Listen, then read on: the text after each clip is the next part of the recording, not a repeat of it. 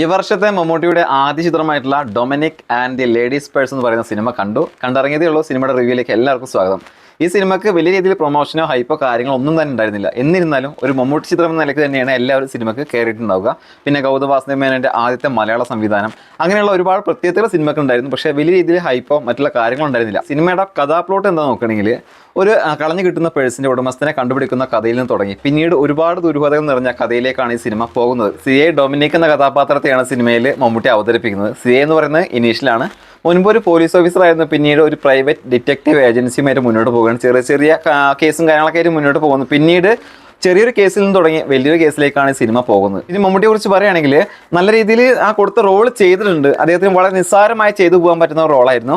കോമഡിയും കാര്യങ്ങളൊക്കെ timing correct ആയിരുന്നു. കാരണം ആ കോമഡി ആയിട്ട് പറയുന്നതല്ല, എന്നിരുന്നാലും കാണുന്ന പ്രേക്ഷകന് അതൊരു കോമഡി ആയിട്ട് തോന്നുന്നുണ്ട്, ചിരിക്കുന്നുണ്ട്. അതിൽ മമ്മൂട്ടി എന്തായാലും വിജയിച്ചു. കാരണം കോമഡി സീനും കാര്യങ്ങളൊക്കെ മമ്മൂട്ടിക്ക് ചെയ്യാൻ പറ്റില്ല എന്നുള്ള ഒരു പരാമർശം, ഒരു വിമർശനമൊക്കെ ഉണ്ടായിരുന്നു. അതൊക്കെ മാറി കിട്ടിയിട്ടുണ്ട്. പിന്നെ അതുപോലെ തന്നെ ആകെ ഒരു പോരായ്മയായിട്ട് വീണ്ടും തോന്നിയത് സിനിമയിൽ മമ്മൂട്ടിയുടെ ആക്ഷൻ.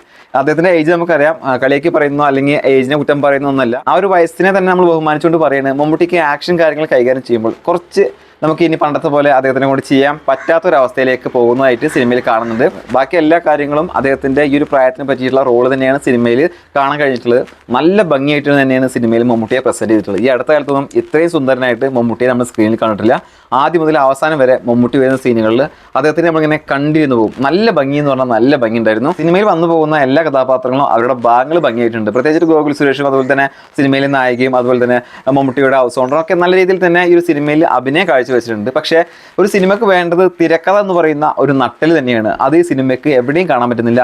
ഒരു കഥ മറ്റൊരു കഥയിലേക്ക് പോകുമ്പോൾ വേണം വെച്ചിട്ട് കണക്ട് ചെയ്ത് കൊണ്ടുപോകുന്ന പോലെ ഒരു ഫീൽ ചെയ്യുന്നുണ്ട്. മലയാളത്തിന്റെ മഹാനടനായിട്ടുള്ള മമ്മൂട്ടിക്ക് പറ്റിയ റോളാണെന്ന് ചോദിച്ചു കഴിഞ്ഞാൽ, നമ്മുടെ മമ്മൂട്ടിയെ വെച്ച് ചെയ്യാൻ പറ്റുന്ന ഒരു സിനിമയായിട്ട് എനിക്ക് തോന്നിയിട്ടില്ല. പേഴ്സണലി എനിക്ക് തോന്നിയ കാര്യമാണ്. കാര്യം ഇതിൽ ഏതൊരു യുവനടനെ വെച്ച് ചെയ്താലും സിനിമ അത്യാവശ്യം കണ്ടിരിക്കാവുന്ന രീതിയിൽ ഈ ഒരു സിനിമ പോയേനെ. പക്ഷേ മമ്മൂട്ടി ആയതുകൊണ്ട് മാത്രം നമുക്ക് ഈ സിനിമയ്ക്ക് ആദ്യം മുതൽ അവസാനം വരെ എന്തൊക്കെയോ സിനിമയിൽ ഒളിഞ്ഞിരിപ്പുണ്ട് എന്നുള്ളൊരു തോന്നൽ വരും. കാരണം ഒരുപാട് കേസ് അന്വേഷണ സിനിമകൾ മമ്മൂട്ടിയുടെ ഇതിന് മുന്നേ ഇറങ്ങിയിട്ടുണ്ട്.